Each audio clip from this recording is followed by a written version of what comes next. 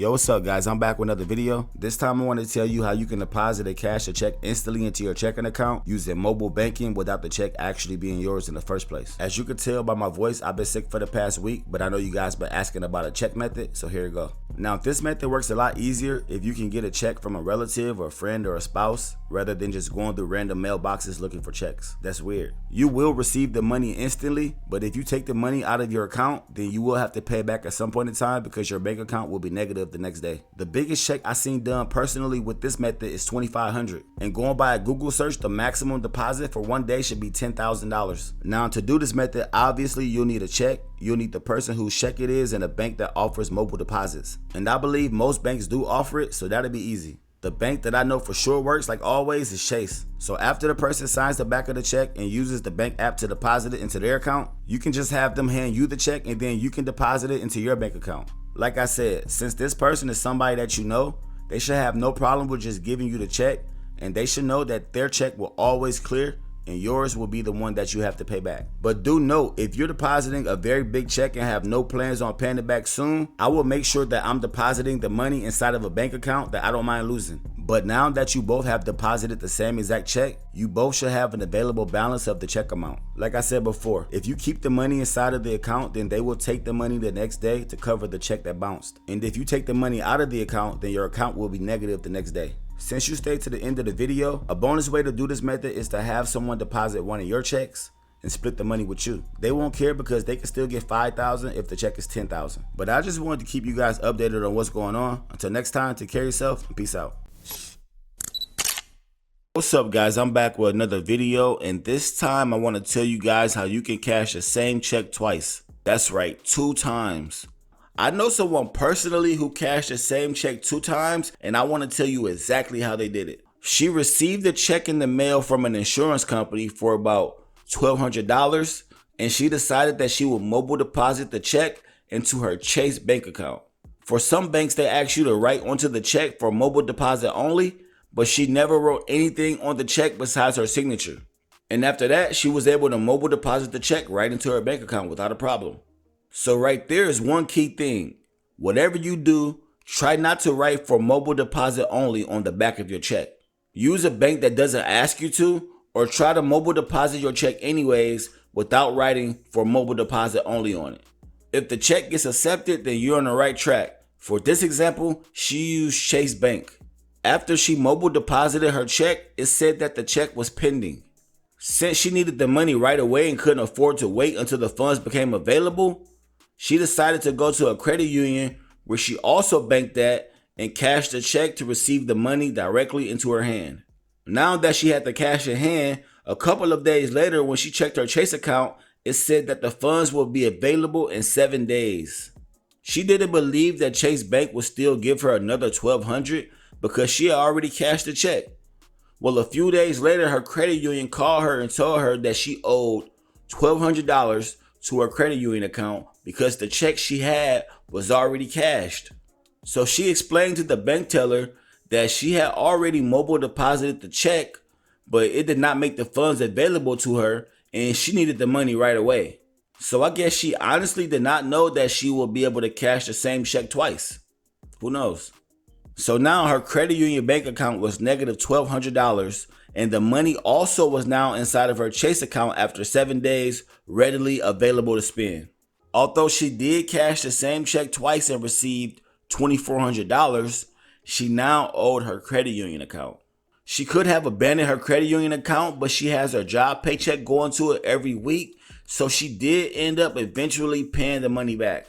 So I figure a way to go around owing any money to any of your personal accounts would be to use a check cashing store or somewhere that is not connected directly to you. So I'm curious to know how they would go about making someone pay the money back. If she never had an account at the place where she cashed the check at, then she wouldn't have an account to owe money to.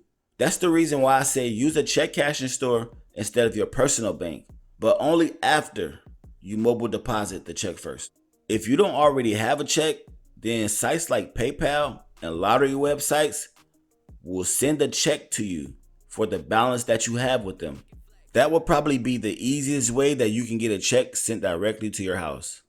Otherwise, you can just try this method out with a normal check that you will receive in the mail. What's up, guys? I'm back with another video. This time I want to tell you guys about a credit card method that Money Man was talking about, but I want to add much more detail and also tell you how people with bad credit can do the same thing. He mentioned that the best way to do this method was to build your credit up first, but I know ways to get up to $5,000 with a credit score as low as $400. And if you have good credit, you can get up to $10,000. I think Money Man was more focused on the business side. He was saying you can build your personal credit up and then start a business and get business credit. But with this method, you don't need a business because you'll be using your personal credit. And he only mentioned the first part of this method, so I'm here to tell you the second part. I'll be using US Bank as an example because they have the highest approval odds for people with bad credit. So if you have bad credit, instead of applying for a traditional credit card, you have to apply for a secure credit card. With a secure credit card, you have to put a deposit down, and the deposit you put down will be your initial credit limit. For a US Bank secure credit card, the maximum is $5,000. In most cases, you get the deposit back within a year, plus you kind of get the money right back when the card arrives in the mail. If you have a good credit score, then you just want to apply for the regular credit card, which is an unsecured credit card. With the unsecured credit card, they'll give you a credit line and you don't have to put down any deposit. So if you have good credit, which starts at about a 670 or a 680, they'll offer you a $5,000 credit limit. The amount they'll offer you will be different based on your credit score. So if you have bad credit, you basically have to pay for a credit card, but you'll get it right back as soon as your card arrives in the mail. Does that make sense to you? Also, you can deposit a minimum of $300. So you don't have to deposit the whole $5,000, you can only deposit $300. Okay, so once your card arrives in the mail, you'll have $5,000 if you have good credit. And if you have bad credit and pay $5,000, then you got your money back. Now you have to use a payment service such as Cash App or PayPal and take the money off the credit card, and it's a good idea to make some larger transactions so any transactions in the future won't get a fraud alert, but instead just appear like normal charges. Once you take the entire $5,000 off the credit card, all you have to do is pay it back. But when you do make a credit card payment, make sure that you're paying it from an account that has a zero balance. If you get a Chase checking account, they won't let any payment over $25 overdraft your account. Instead, the next day your account will be back to zero. But to keep from having to pay any overdraft fees or any money back period, I would still recommend to get a Chase secure checking account. But the key is, in most cases, even though the payment did not successfully go through, your credit card available balance will now have the money available to spend. You now have a full credit card again without really having to make a payment. Now you can take the money off again for a second time using a payment service like PayPal or Cash App. Remember, you made large transactions before, so now anything you do won't seem like a red flag. If your credit card gets frozen for any security reasons, just call customer service and they'll unfreeze it for you, because they don't know that the payment didn't clear, so don't be afraid to call them. If you don't get the money off of the credit card when the money is available, then you'll lose it once they realize that the payment didn't clear. So now if you have bad credit, then you got $5,000 back, plus made a false credit card payment and got another $5,000 in profit. If your account closes for non-payment, then you'll only owe $5,000. If you have good credit, then you basically got $5,000 for free, and then you made a false credit card payment and you got another $5,000, which is $10,000. Not bad for a few days of work, and the longest part is waiting 2 to 3 weeks for the card to come in the mail. Some credit cards will only allow you to do this 3 times in 6 months before they close your account. It seems like every 6 months everything resets and you can do this method 2 more times. The only credit card that I know for sure that won't close your account for doing too many unsuccessful payments is US Bank Secure Credit Card. Money Man mentioned this method, but he never mentioned repaying the credit card and getting the money for the second time. Plus, he didn't really go into detail about it. I know that he got to know a lot more than what he's saying, but to be honest, a lot of it is just common sense. But I guess to maximize your money by doing this method is to build your credit score as high as possible. Once you do that, you can get some very high personal credit card limits, and then you can move on to the business credit cards and do the exact same thing. I don't see why you can't use the money to put a down payment on a very nice house, or even just buy one. Maybe even buy a car, who knows? Do whatever you want to do. If it was me, I would invest in something that's going to make more money, as in getting a car auction license and buy cars for a couple hundred and you can sell them for a couple of thousand. Selling cars online go crazy around tax time.